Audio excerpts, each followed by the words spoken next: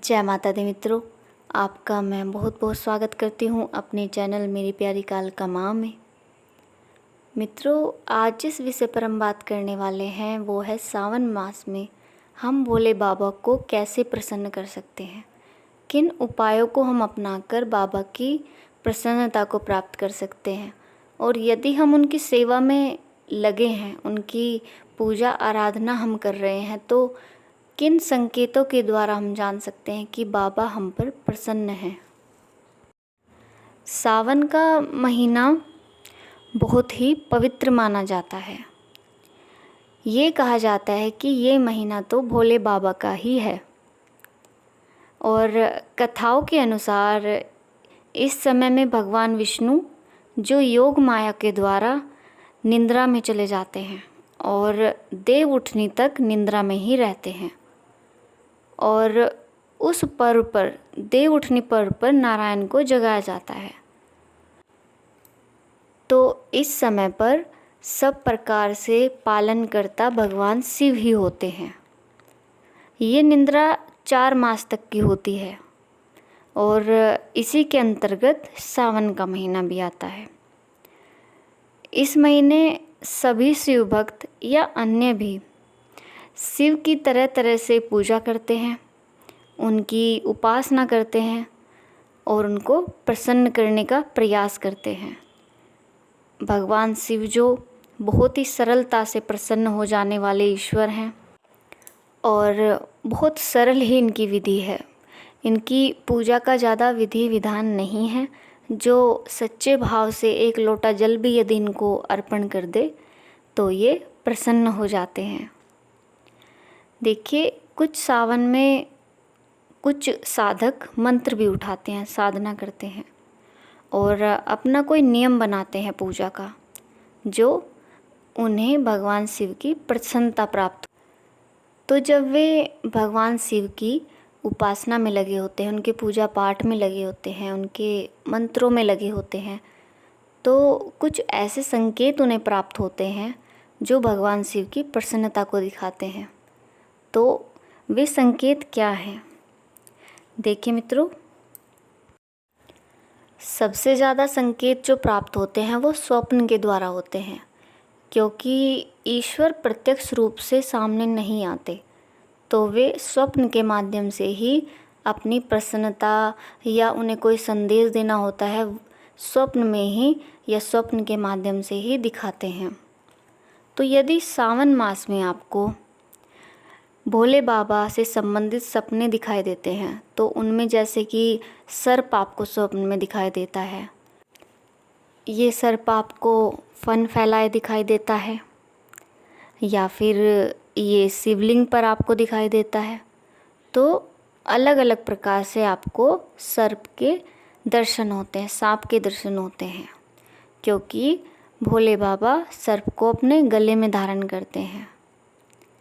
और यदि आपको शिवलिंग के दर्शन होते हैं स्वप्न में, एक शिवलिंग या एक से अधिक शिवलिंग के दर्शन होते हैं, और नंदी भी उनके साथ विराजमान होते हैं, या फिर आप शिवलिंग पर जल चढ़ा रहे होते हैं, तो इन सब का अर्थ भी ये है कि भगवान भोलेनाथ आपकी सेवा से, आपकी पूजा से प्रसन्न हैं।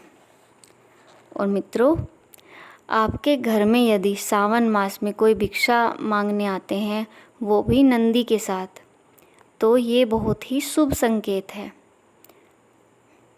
और यदि आपको स्वप्न में मंदिर दिखाई देते हैं, ऐसे मंदिर आपको दिखाई देते हैं जो कभी आपने नहीं देखे होते, और वहाँ पर शिवलिंग स्थापित होते हैं, नंदी जी विराजमान होते हैं, और अलग अलग जगहों के आपको दर्शन होते हैं, तो आपको समझ लेना चाहिए कि भगवान शिव की आप पर कृपा है और बहुत ही ज़्यादा आप पर प्रसन्न है भगवान भोलेनाथ। और भगवान शिव किसी लंबे चौड़े व्यक्ति के रूप में भी आपको दर्शन दे सकते हैं। यदि स्वप्न में कोई लंबे चौड़े त्रिशूल हाथ में लिए, साथ में नंदी लिए आपको दिखाई देते हैं, तो ये भी भगवान शिव से संबंधित है, और ये काफ़ी रेयर, ये बहुत ही मुश्किल से दिखने वाला स्वप्न है, जल्दी से किसी को वे साक्षात दर्शन नहीं देते।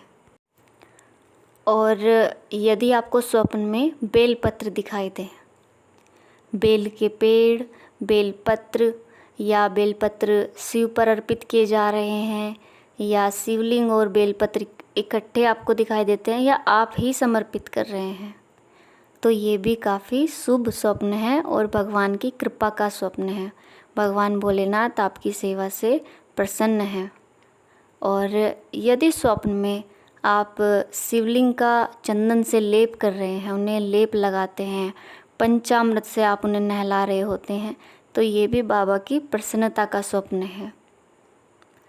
और यदि आप कहीं यात्रा कर रहे हैं, तो यदि रास्ते में आपको या तो शिवलिंग दिख जाते हैं या उनके विग्रह आपको दिखाई देते हैं, जब तक आपकी वो यात्रा, ये सामान्य यात्रा भी हो सकती है, जब तक आप यात्रा करते हैं रास्ते में किसी ना किसी माध्यम से, किसी फ़ोटो के द्वारा, किसी या रास्ते में किसी मंदिर के द्वारा आपको भगवान के दर्शन होते रहते हैं पूरे रास्ते, तो ये भी उनकी विशेष कृपा का जो है संकेत है।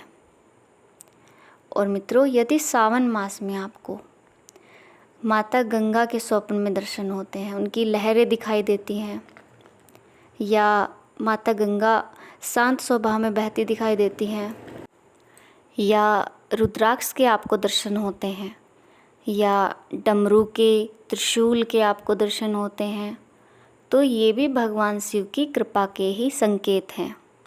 और वे आपको अपने प्रेम, अपनी प्रसन्नता का एहसास करवाते हैं। और आपको नंदी के दर्शन होते हैं, या फिर आपको भैरव बाबा के भी दर्शन हो सकते हैं, और माता पार्वती के भी आपको दर्शन हो सकते हैं, या गणेश जी के, हनुमान जी के। तो ये सब स्वप्न भी भगवान भोलेनाथ से ही संबंधित हैं। कुछ लोग मित्रों उनकी साधना में लगे होते हैं, जो विशेष मंत्र का उनके जाप करते हैं। यदि मंत्र जाप के दौरान आप समाधिस्थ हो जाते हैं, गहरे ध्यान में आप उतर जाते हैं, तो आपको भगवान शिव की आकृति, एक परछाई आपको ध्यान में दिखाई देती है, और या फिर आपको रुद्राक्ष के भी दर्शन हो सकते हैं।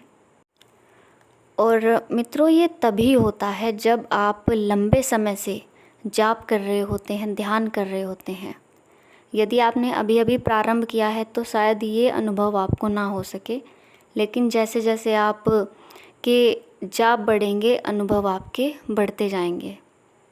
और मित्रों, सावन मास में कुछ ऐसे उपाय हैं जिनको आप यदि करते हैं तो आपके द्वारा किए गए उपायों के द्वारा भगवान शिव आप पर प्रसन्न होते हैं और आपके जीवन में परिवर्तन भी होते हैं।